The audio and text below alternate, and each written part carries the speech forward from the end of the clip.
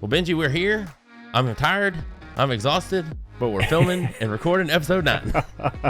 What are you tired from? I mean, it's not. Oh my gosh, man. It's been a long week. Our church just finished Vacation Bible School. But I'm excited. It's the last year we're calling it that. As a branding person, you hear me talk about it all the time. I'm excited. We are changing it to Summerama, which is kind of a cool name. I mean, it's kind of cool.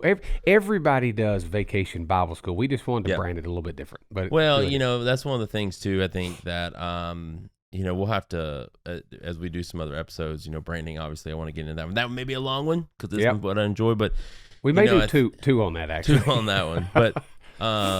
Branding is big, and I think that's something that we've really tried to do the past past year or two.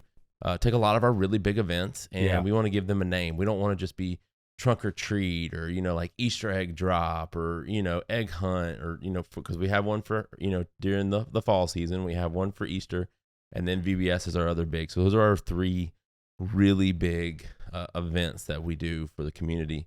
But it's cool. We wanted to rebrand it and kind of give it a name. So we're going to call it Summerama. There's so many different things for us in our community. But I'm excited because VBS reminds me of when my dad led an old Southern Baptist church back in the day. Oh, yeah. So I'm kind of excited to move brings away back from some good memories. It brings back some memories. So, but to your point, it's nothing wrong with rebranding it, giving it a fresh facelift. Yeah, it just gives it a fresh facelift. I think, when we hear the term VBS, I think that's kind of my generation, your generation. But I think what our kids are in, they're like, what is that? Like, what does that mean? So we're just trying to rebrand. But it's been a good week. We did 4 nights, which is good because we dropped from 5 last year. Yep. And the 4th night's actually not anything too overly crazy. It's a family night. Hang out, but man, I filmed all week and I'm tired. So it's so funny. I can't wait to see your recap video Sunday. Hopefully it'll be good. Shout out to Brooke. Hopefully she listens to it. She helped me all week. Normally I handle the video and photography, so I'm running both. Sometimes you miss moments, you capture others because you're switching back and forth. So it was just really nice to kind of focus on one thing, Yeah, so, for sure. But yeah, we'll have the recap video this weekend. By the time y'all hear this, we'll have already shown it and it'll be on social media. So go on, churchchelseawestover.com and check it out. Check it out. Shameless plug. But yeah, so it was good with that. Just a lot going on. I know you guys got to serve. It was nice. We had so many people serving this time. Yeah, for sure. That I know we joked about it with you and Sarah that y'all kind of got to take it. You're normally running and gunning. Man, this is the first time. Sarah and I were talking about this. This is the first VBS, we'll call it, as everyone knows. Mm-hmm. And this church has been here almost 11 years now. Yeah, we just had our 10th year celebration. Yeah, we're 11's coming up very, very soon. It's going to be big. We got another big event coming. So stay tuned if you're local to Birmingham area. Yeah. But this is the first event that we have not actually done the entire planning of the event. It's kind of nice. Our children's director did a fantastic job. Called me one time asking about a recap video, and I'm like, yes, sir. That was it. It was kind of nice. The media director, he did a great job. Nick, the team did a great job, to your point. And so it was just kind of nice. We were able to handle registration, check-in, get people their shirts and all. So it's kind of nice to sit back and relax, and actually got to participate a little bit with our daughter. Yeah. So it's kind of nice, Yeah, I look forward to the day. It's tough because I want to be able to do that too. You're getting close. I'm getting close, but that's the tough part. I got to be better about putting aside how much I enjoy filming. I've made the joke a couple times. I'm, looking to make some upgrades this year. So of course, when our fall festival rolls around, I'm hoping to have some nicer equipment. I'm like, I want to try it. Yeah. So, for sure. It's tough because I enjoy filming, and but I need to get to where I can, have that balance and not film and just do the event and just trust everybody else. That's the big thing that I've been learning this year. It was funny. I just finished my big quarter 2 wrap up, quarter 3 planning with your brother. And that was one of my goals for the year, or for this quarter, really is probably for the year, is I've got to learn to be better about trusting people and controlling what I can control. So, yep, that's right. No, it's true, because, you never know, shameless plug, the impact that you make on other people. Yep. Just telling you, you just don't know. That's as bad as a dad joke. That's good. That's because our topic tonight is on impact, folks. Your topic pitches are always bad dad jokes. If you go back and listen, listeners, go back and listen just to the first 10 minutes of each episode. Benji has probably straight up dad jokes to introduce a topic every single time. Dad joke. It's all good though. But I mean, listen to this. Impact. We're gonna start with this, but we're also gonna impact it. Uh-huh. What kind of impact do you want to have? What kind of legacy do you want to leave behind in your higher up life for other people? Mm-hmm. And it took me today when we were kind of talking through the show notes, it took me back to the definition of what impact is. Now, there's many different ways you can look at this, but I think the most common one is to have a strong effect on someone or something. And I couldn't help but go back to my basketball days of probably one of the greatest, if some would argue the best basketball player of all time, Michael I'm not Jordan. Laughing at all thinking about you playing basketball. No, that's not what's going through my head at all right now. Hey, I was a, just so you are aware, Adam, I was a all-state forward in 1A Christian school basketball. So it doesn't mean anything. Just throwing that out there. Is that the equivalent of, what's it, 5-man ball? Isn't that what some schools play? We played with 3. No, I'm just kidding. We had 5. We played 3-on-3 and 1 league. One league. But no, we had there was a guy who played at another Christian school up in Birmingham, and this was the team to beat. They destroyed people. I'll never forget. I was standing at just south of the free throw line, essentially, and he comes up and he jumped literally over me, slammed the basketball in our own gym. He went on to play at the University of Alabama for 4 years, but he was a solid player. But that was my. I mean, I don't have any room to talk like at all. I played. For those of y'all that don't know, our listeners, my dad was an Air Force chaplain, so I spent my high school days in Okinawa, Japan. Not even big enough to be on mainland Japan, Okinawa, Japan. And we had 2 high schools. Okay, I'm gonna tell you back real quick. Are these on base? The base? On the base. Well, we had ours on the Air Force base, and then we also had the Marine installation. Oh, okay. So we had us. We had the the Kadena Panthers is what we were, and then we had the Kubasaki Dragons. Kubasaki. So what was even funnier is because we didn't have a lot of high schools to play. We did have a couple Japanese schools. We legitimately did play a Japanese college. Never in my life have I seen anything more entertaining than as a 16, 17-year-old kid standing on the field, getting ready to play a play, and looking over and seeing a bunch of grown Japanese men sharing cigarettes and running in and out of the game. I kid you not. I'm surprised their stamina held up. Dude. Smoking cigarettes. Good night. One would come off, I kid you not, one would come off the field, he'd hand it to his buddy, and then he'd run on the field to get a hit, and I hope it was cigarettes. You sure it was a cigarette? I was about to say, I'm sitting here having this conversation now, and I'm like, maybe it was a cigarette. I doubt that was a cigarette. They were smoking a sea urchin or something, man. I don't know. But it sounds like they had an impact on your life. I will tell you this. I played D3 ball in college, and I've gotten hit. Football, everyone, not basketball. Football. Yeah, football, not basketball. Football. I played at Huntington College, played as in I was the second string tight end, and I was not meant to play tight end because I lost too much weight. So learning to run routes, that was fun. But basically, I lost my train of thought because I just keep thinking about them smoking on the sideline. But yeah, so I mean, it was God. I really did lose my train of thought. Ben, you were talking about you went to college to play ball. You played D3 football and played D3, so I wasn't anything like fantastic or anything. But you got to play college ball. That's fantastic. I did get to play college ball. But I can tell you this: nobody's ever hit. That's where I was going. I'm sorry, I completely lost my train of thought. Nobody, even playing D3. There's some big boys in D3. Oh yeah, right? Absolutely. I mean, everybody on that team they were their top dog at their school typically. And so I've never been hit as hard as I was by that Japanese college. I promise you. Never in my life has anyone hit me that hard. So did you play in high school? Yeah. I mean, I started both. We played Ironman ball. So I played defense and offense. Now, what was fun is I did line, but I also played fullback. That's where my love for Tampa Bay Buccaneers came from. I was a Mike Allstott fan. Oh, yeah. Nobody was better than the freight train, man. Dude, that guy he'd barrel anybody. And they're bringing back the creamsicle orange this year. Anyway, I'm getting way off point. Yeah. So, but that's good. big impact. It was just nothing. I've never experienced anything like that. But where I was going is they split us into two teams. Gotcha. So our school, I'd be sitting in class. We had and you're gonna laugh at me, but this is where my love for my team came from. We had the Kadena Bucks, or the Buccaneers, and the Islanders.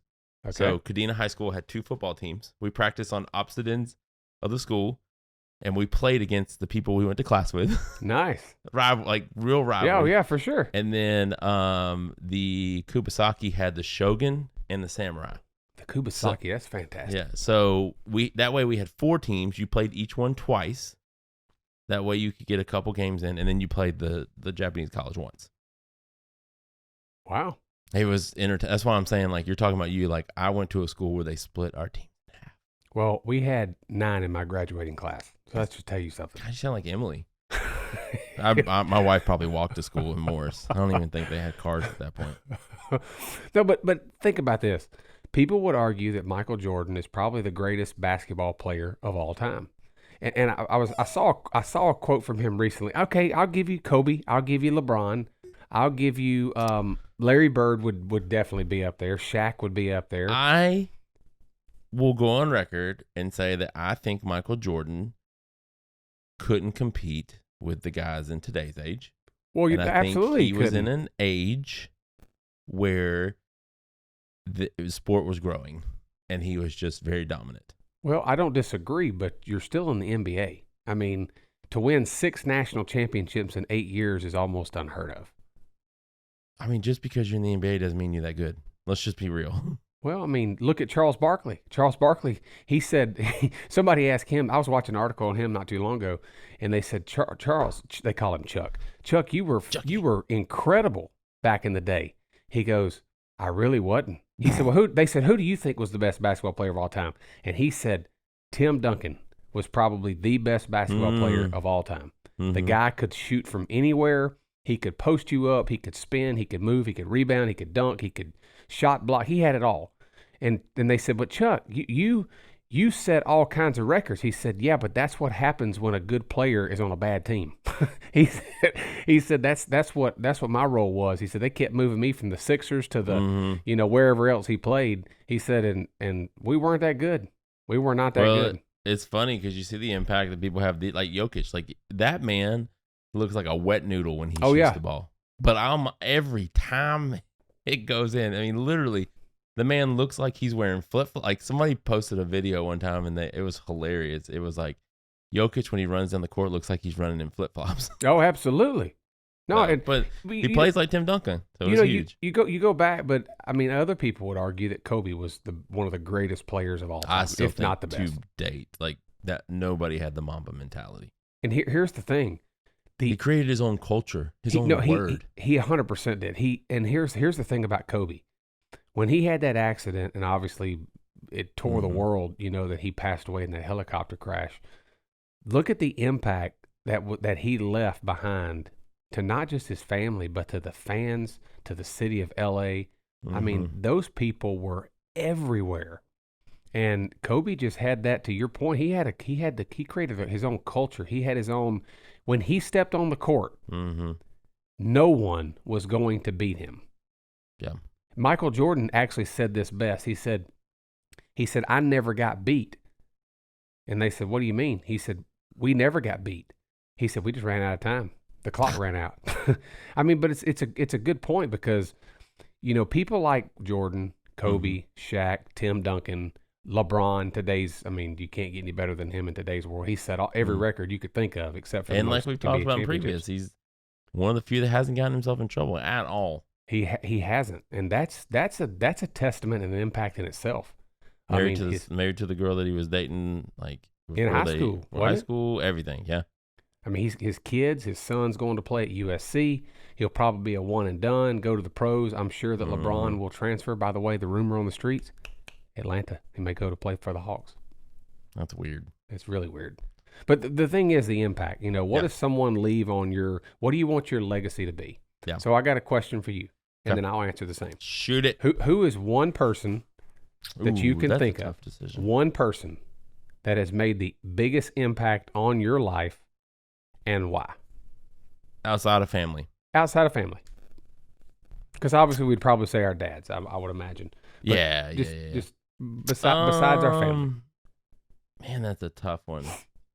Man, I'd almost have to say probably Pastor Brandon. I think I've made that point before that I feel like a lot of the reason I even do videography and photography now is because he got me into it. And so he gave up a lot of time and dealt with a young dad that basically had a lot of attitude issues. And allowed me to lead a student ministry, which, dear God, I joke all the time. I'm like, we screwed them. I talk Powers and I joke about this all the time. I'm like, I think we screwed them kids up. Like, I look over some of the stuff these kids are doing now. I'm like, we jacked these kids up. You remember control what you can. Control you can control. But there was a lot of times. This was obviously before they had their son or before we had our girls. But he gave a lot of Saturdays to teach me how to edit and just talking me through things and talking me like what I need to look for and why I need to shoot. And I mean, I remember not even understanding what aperture was and what depth is, where, like everything's nice and crisp and clean and I remember like, hey, Brent, how do I make stuff like blurry behind me? Like, what is that? Yeah. And he was like, you got to have this and this. It's like, so it's going to be blurry. Like everything's out of focus. Is that what it's called? Oh yeah. So it was impactful. I think a lot of the reason that I got into it. I mean, I had a love in high school. Like I've always enjoyed video. I didn't really like photography at all. It just, as we've progressed, photography goes hand in hand with your projects. So I kind of taught myself, and I actually enjoyed it a little bit more. But I think a lot of that came, honestly, from that impact. But it wasn't just in the media. I mean, he taught me how to preach the word, and he taught me how to communicate with others and how to be a good communicator, and just a lot of those things. So a lot of the things that I took, I mean, I take it into a lot of what I do now with Serpro, like giving presentations and talking to our team and communicating through issues and, helping resolve problems we have. I mean, the list could go on and on about a lot. I think a lot of that, outside of what came from my own family, like from my dad, what he's taught. I mean, if you're looking 100% outside of family, you're just looking at those that for me, that would be it. I think I think a lot of the reason I even work for Serpro now is because of the opportunities he presented to me. Right. Sure. Yeah, I mean, for me, I think, to your point, outside of family is probably, I would probably have to say Rick Isaacson. And the reason I say him, he taught me really how to manage, how to lead by example. He taught us, even though I didn't spend a ton of time with him, every time we were around him. By the way, Rick Isaacson he's currently the CEO of Serpro Industries, but he's retiring at the end of 2023. Getting ready to make some moves. But he always taught me and my brother how to lead by example, how to have good communication skills to the best of our ability. He taught us to think. He taught us to plan. He taught us to plot. He taught us to give us tools of how we could grow. He taught us, he taught us a lot, really. And we owe a lot to our business journey, not just in Serpro, but our other business ventures. Mm-hmm. Because managing it's relatable to other things. Yeah, I mean, managing can go all outside of business, right? It doesn't have to be mitigation minded. It's entrepreneurship. Correct, and even outside of that, I mean, I think the reason that our team even at our church does so well is because we're able to manage the process. Are we making tweaks? Absolutely. And it's taking time. Don't hear this and think, oh man, they got it together. No, what's funny is we joked about what to talk about topic for tonight, and you brought up communication. I was like, Benji, we still got too many things to work on with communication for us to be But I think we will end up doing that at some point. It's getting better. I think it's every business probably struggles with communication. Every business. We joke all the time. My buddies at the gym, we talk about their business. We deal with the same things at church that they deal with, even from a serve level. Just for sure. Communicating and like people canceling last minute and being able just to communicate and know what's going on. I think that's something ultimately, to me, communication is something that it never really is resolved. It just you know how to manage it well. Right. And that's what I was getting at. As far as managing, because you have to be able to manage the process. You got to be able to manage the time. You got to be able to manage your resources. You got to be able to manage your people. There's all kinds of different things, but he taught us so much about that in business that it's gone to other areas of our life. And that's what's helped make us successful. We're still growing. We're still learning. We're still processing. We're still pushing forward, but it's really helped us to, take it to the next level outside of our business world. Yeah, and and I'm not even, first of all, for listeners, just because you're watching, I'm not going to sit here and share anything about Benji because I'm not going to get myself all teary-eyed with you about you. But your brother has been big this year. I think that's something else for me from a I guess just another level of leadership. He's always scared me to death, and I tell people all the time, he still scares me to death.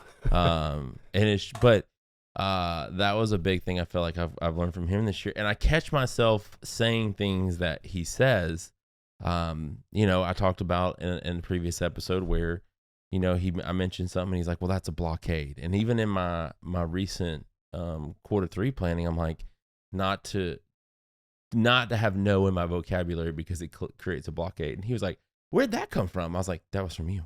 You said that. He's like, did I say that? And I'm like, yeah. You said it to me like a week ago.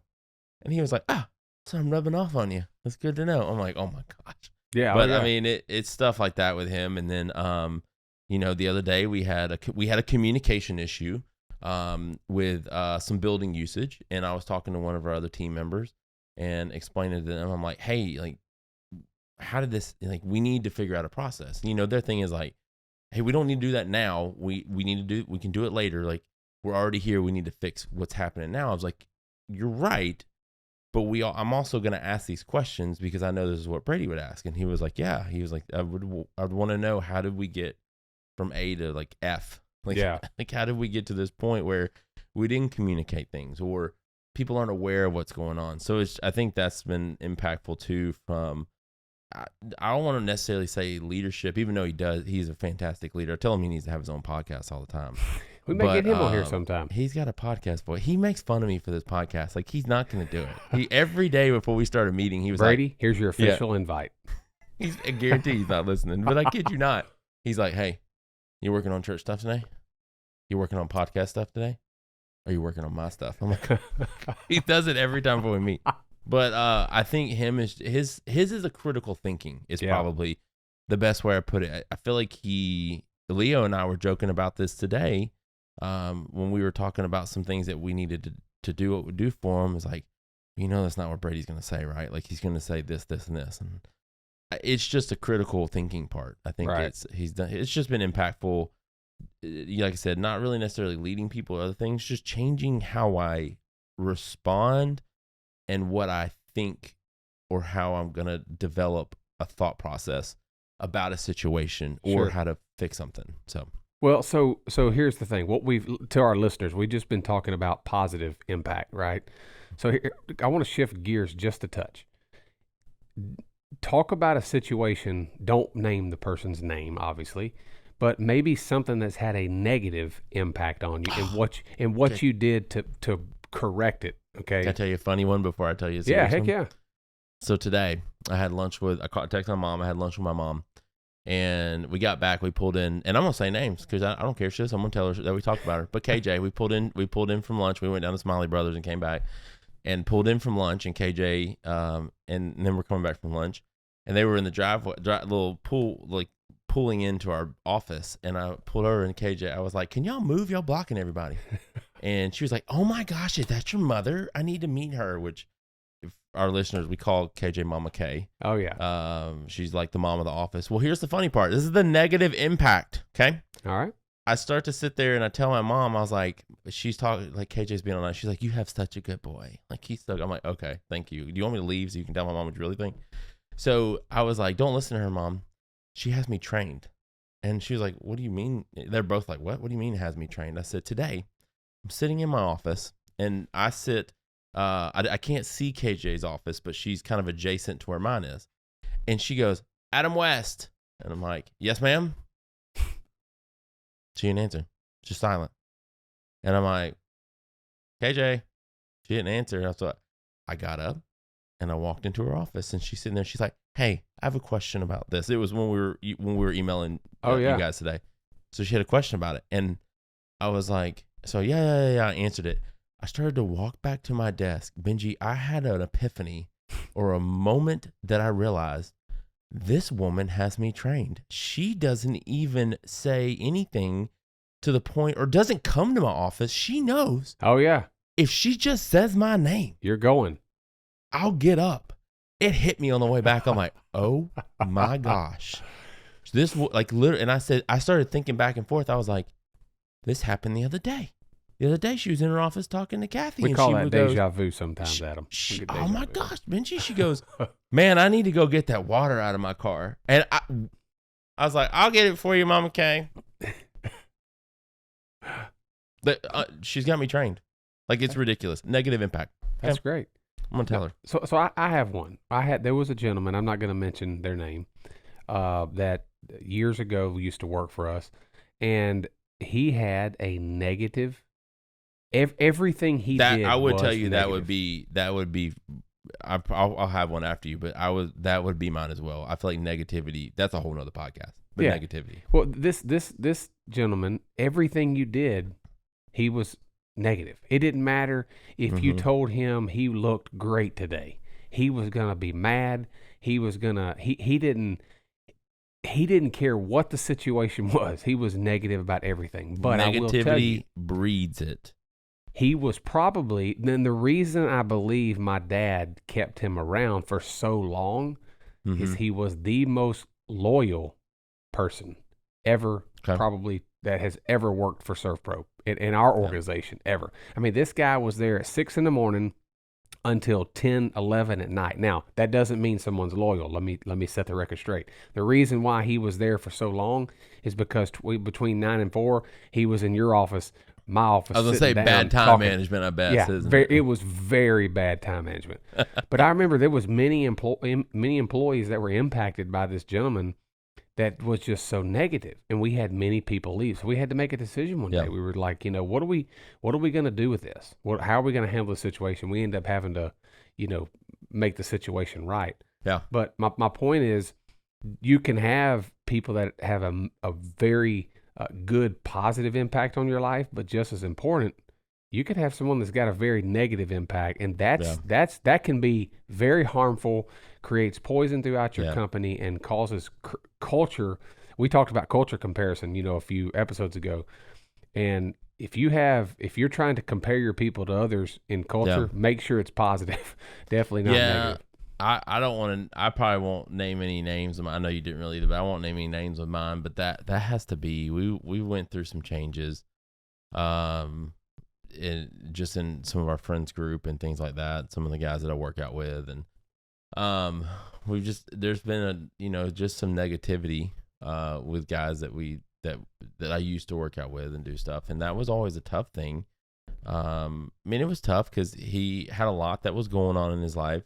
A lot that was going on in family, but man, it was hard because, they had a lot of times where they might, complain about something at work or things that were going on with family, and you want to have a safe space. Like, that's the thing. Like, that's a big thing about it, with any group that you're with. Like, you want to be able to have some guys. I mean, I joke with you all the time that I wish sometimes you and Eric would just be negative and, not be positive Polly about everything. But Probably not going to happen. Probably not going to happen. No, probably not. But I think there's a difference. Like I have moments where I'm just like frustrated, and that's where negativity comes from. It's not like I'm just negative to be negative, but I just felt myself after those days of working out or, whatever it was, like we, different groups, I would just feel frustrated for no reason. Yeah. But I think I was frustrated as I think more about it.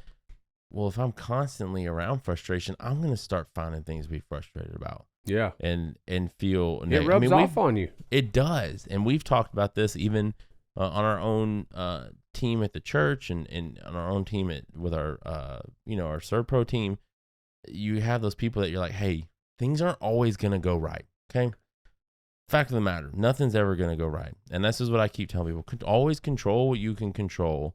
Because if you keep trying to control things you can't, to me, that's the definition of an insanity, which everybody knows the definition of insanity is doing the same thing over and over and expecting different results. Yeah.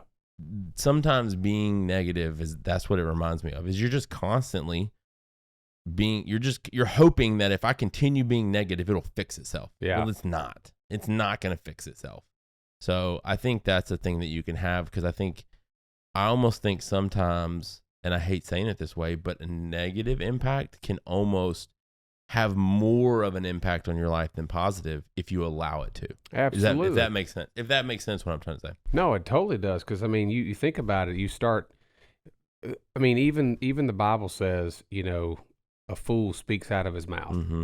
And I'm paraphrasing the verse, but this is the BNG version. Yeah, basically, think about it. Or Rickisms, and then what Pastor Rick calls it. He calls them Rickisms. You say it out loud. Our words are very powerful. Yep.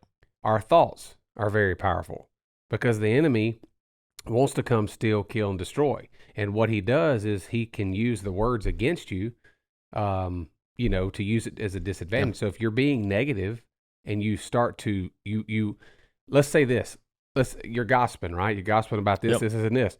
Well, what happens is you end up in the circle, and then you start gossip, whatever the case is. Yep. And you start becoming a part of it, and it just becomes like fuel, man. It's just, flowing right off of that's you. the only way I've thought about it. Like if it continues, sometimes that's the only way you have a relationship with anybody. Yeah. Right? Like that's the only way that you have a relationship with somebody is through being negative.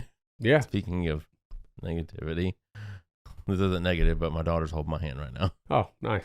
This is the same. Sorry for our listeners. That's positive. That's not positive. It's very the positive. same as last week. But at the end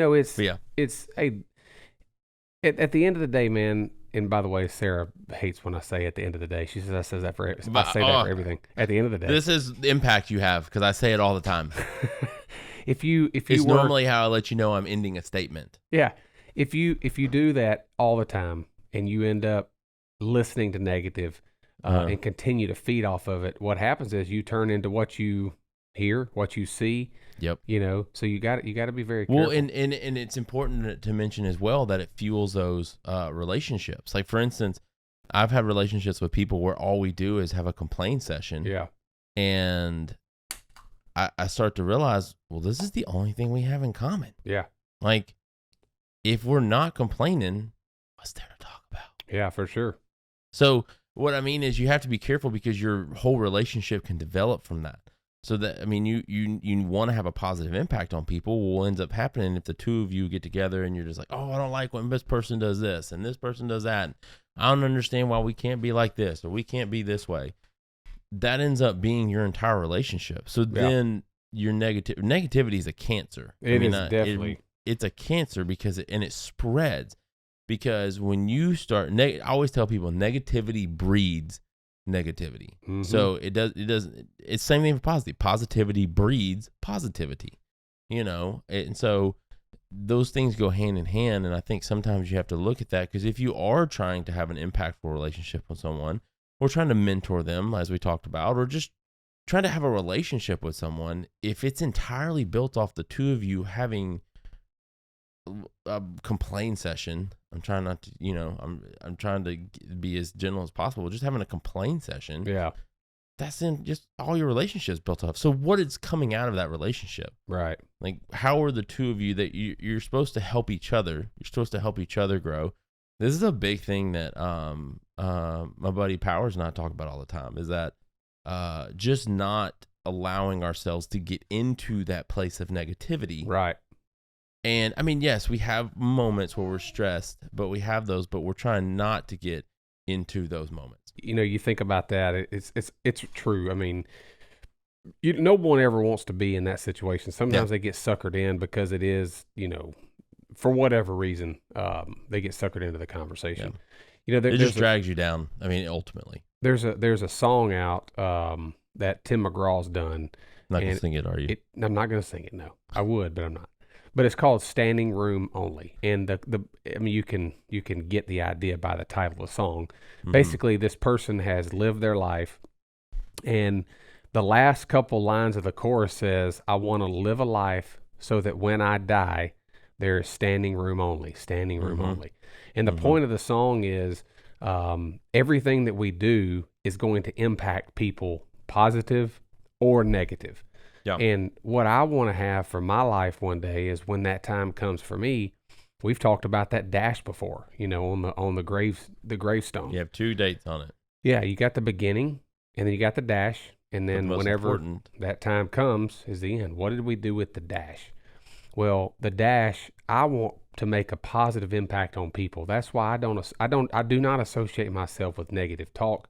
I try not to anyway. I shouldn't say I don't. I try my best. You're very good at, I will say you are ridiculously good at removing yourself from it. And even like when we jokingly get together and like, you know, my wife and your wife are all talking about stuff, you're just kind of like, you're like, okay. Like, we're like, did you hear the tea?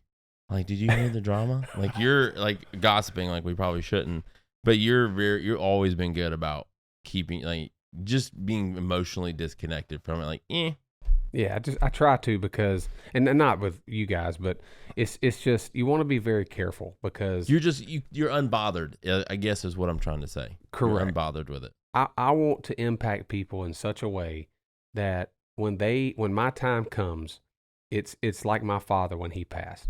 Mm-hmm. He had such an impact on people from a positivity standpoint, an encouraging standpoint, a motivational standpoint, a leadership standpoint, a business owner standpoint, an entrepreneur, you know, well, whatever. Yeah. That I want people to remember the impact that I had on my life. Yeah. I want my family to be able to say, man, my husband, my dad, he did things the best of his ability. He controlled what he could. Mm-hmm. And I want them to remember me for that reason. Now, no sob story, honey. Don't worry about it. Nothing's going to happen to me anytime soon. So don't worry about that. But, you know, hey, I just want to, basically you want to do, to me, you're saying that, like, you just want to make sure when you leave, you feel like you had something that you did. Like you don't want to just have lived and, you know, and moved on. Like, you want to be able to leave something behind that other people can learn from or grow from, or, you know, just better themselves. Yeah. Have a better lifestyle, or just a better individual, better character, better traits. I mean, you could go on. I mean, ultimately, I want people to know that I am a Christian, and when I pass, I have gone to heaven, and hopefully it can impact them in such a way that they see Jesus through the process, whether they know him or don't know him. Yeah. But if they don't know him, they can come to know him, and that's ultimately what it's all about. And that's why I try to live that life so that, hey, maybe there is standing room only one day. We'll see. Yeah, I had when my dad retired, it always sticks to my mind. But when they did his retirement ceremony, they just talked about, I mean, he did 43 years in the Air Force, and you know, full bird colonel. I mean, he just all that, you know, when he retired. So I mean, very big shoes left for me to fill. You know, I'm like, I film stuff with a camera. But we got a lot of life ahead, though. A lot of life ahead of us. So, but I hear somebody said one time that, during his time in the Air Force, you know, he left a legacy that could fill 10 chapels, you know, and I'm like, that's a lot of people that, you know, you think about what he did. And I mean, not just that, I mean, he served, you know, I mean, he was in Afghanistan. He did a year there, which was the IED ward. That's a whole other conversation. Oh, yeah. That, you know, led to a lot of his PTSD that he deals with. But there's a lot of things that he did, and that always has stuck out to me, that he left a legacy to someone to say the people that he affected could fill up to 10 chapels, and the chapels on the military bases typically are very large, right? So because they're used for so many different denominations. So it was just always impactful to hear somebody say that, like, hey, there's a lot of people that you served and that you provided service to that needed it, because being in the military or being in military family is not an easy process. So I just always thought, it's always something I always hung on to. I'm like, that's a really cool way to put it. That it is. Done, how many people could truly say, you impacted them?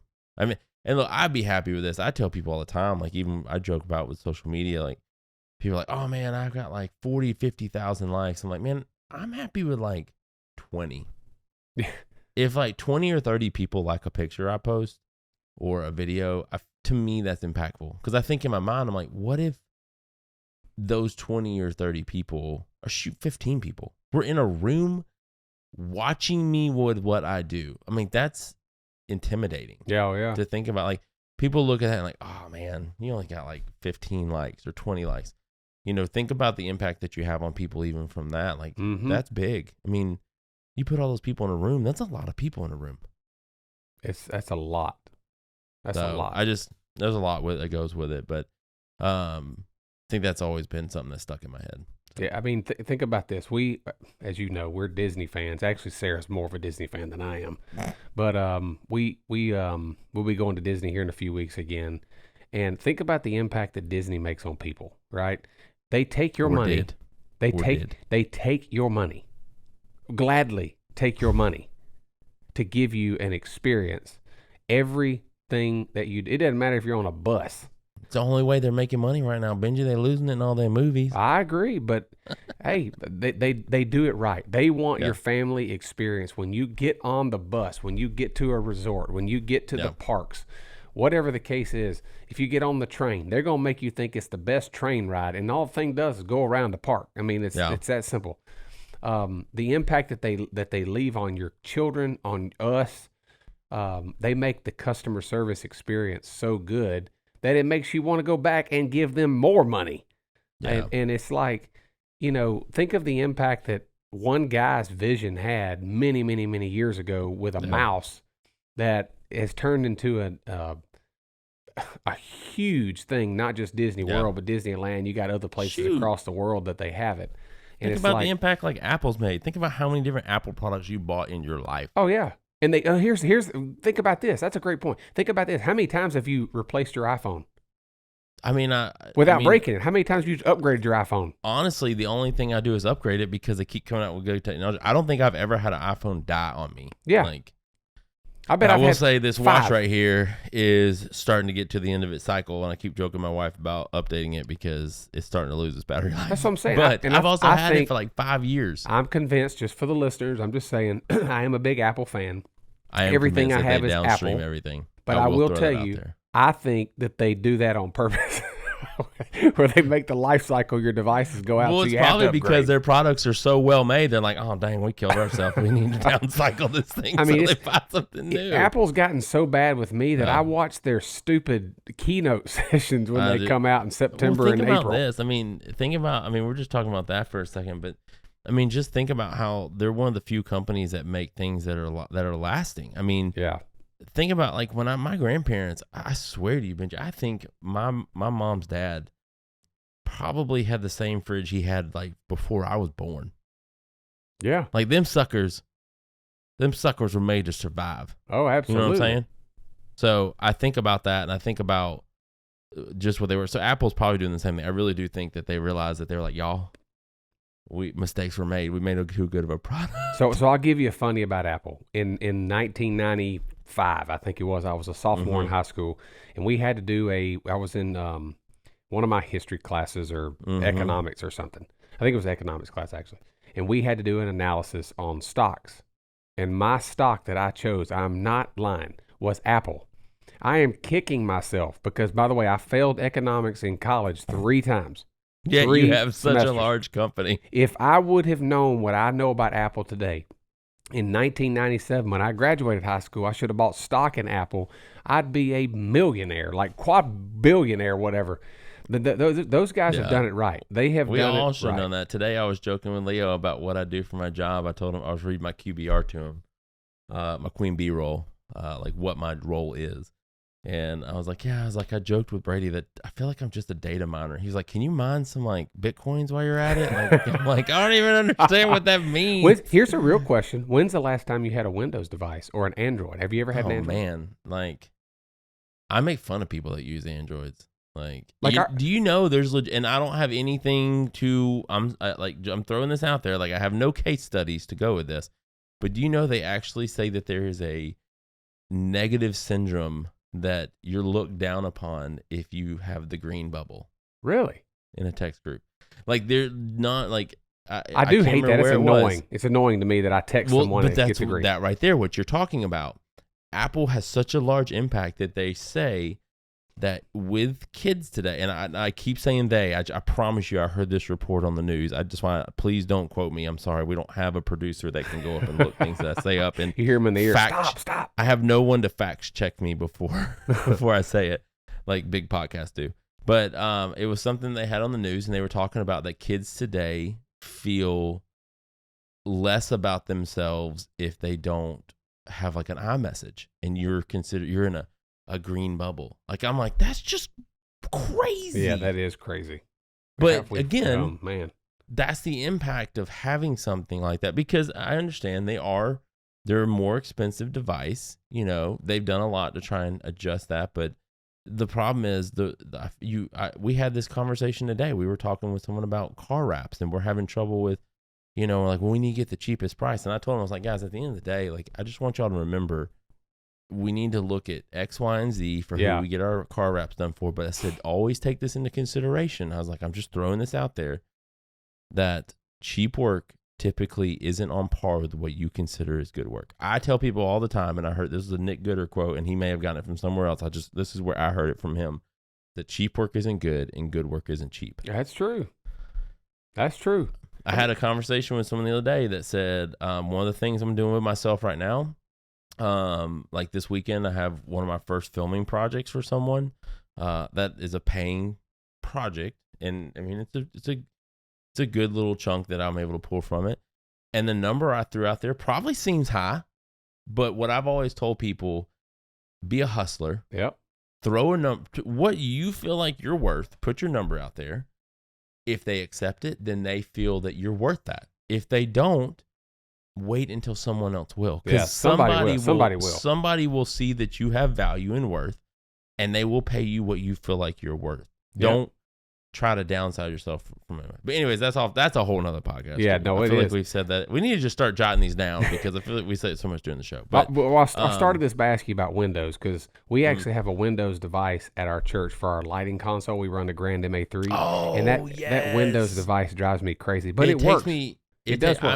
I make fun of I hope if she listens, but Jennifer's in our HR department. She is a Windows person. She doesn't want anything else. So she has a window, but they need it for some, which is funny too, because some of the things we use for mitigation require Windows. Yeah, you're right. But luckily we can do them from our Apple devices through, different systems we can run. But I give her a hard time. I make fun of her every time I walk in, and she's like, well, I can't figure this out. I'm like, well, maybe if you didn't have that crappy Windows device, you could make it easier. That's right. Well, see, Apple's done it right. To your point, the impact they've made. If you have an iPhone, you probably won't, or have an iPad, or you have a Mac at your house, or a MacBook Pro to be on the go. So you got 4 devices, all because you want to be on the cloud and everything sync up seamless.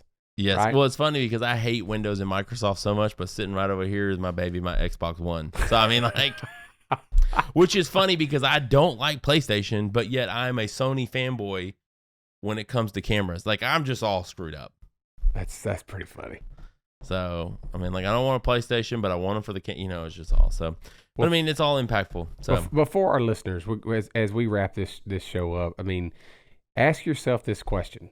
Not only who is the person, Ben, that has impacted your life the most, reach out to them, thank them, but what kind of impact can you leave on someone else? We did kind of discuss this in our mentoring segment, But it really goes into, what do you want to do when you pass from this earth one day? What do you want to be known for? What do you want to be remembered for? And what kind of impact can you leave for other people? Yeah. And at the end of the day, like Adam was talking about, to be positive with people, because the better positive that you can be will only help them. Maybe you're getting them out of a negative situation, negative conversation, and being positive changes everything. So I want to just encourage you guys, leave a positive impact on people. Leave an impact. Well, hey, we hope you guys have a great week. We've enjoyed hanging out with you. But as we say every single time, go and live a higher up life. We'll see you guys next time. Hey, Benji and I want to take a moment and just thank you for listening to the Higher Up Podcast. We really hope you enjoyed today's episode and just learned some valuable insights to help improve your own life. Hey, if you found today's episode helpful, we would be grateful if you could take a moment and rate us 5 stars on Spotify. Or if you're listening on Apple Podcasts, we just want to know what you think about the show. Either way, when you leave us a review, you're helping us grow our network and reach more people with our message. Remember, our mission is to empower you in every aspect of your life, and we're thankful for your support. We've got new episodes of the Higher Up Podcast dropping every other Thursday, so take a second and turn on notifications to stay in the loop. Make sure that you follow us on your favorite social media platforms to stay connected with our community. We just want to thank you again for listening, and we look forward to having you join us again on the Higher Up Podcast.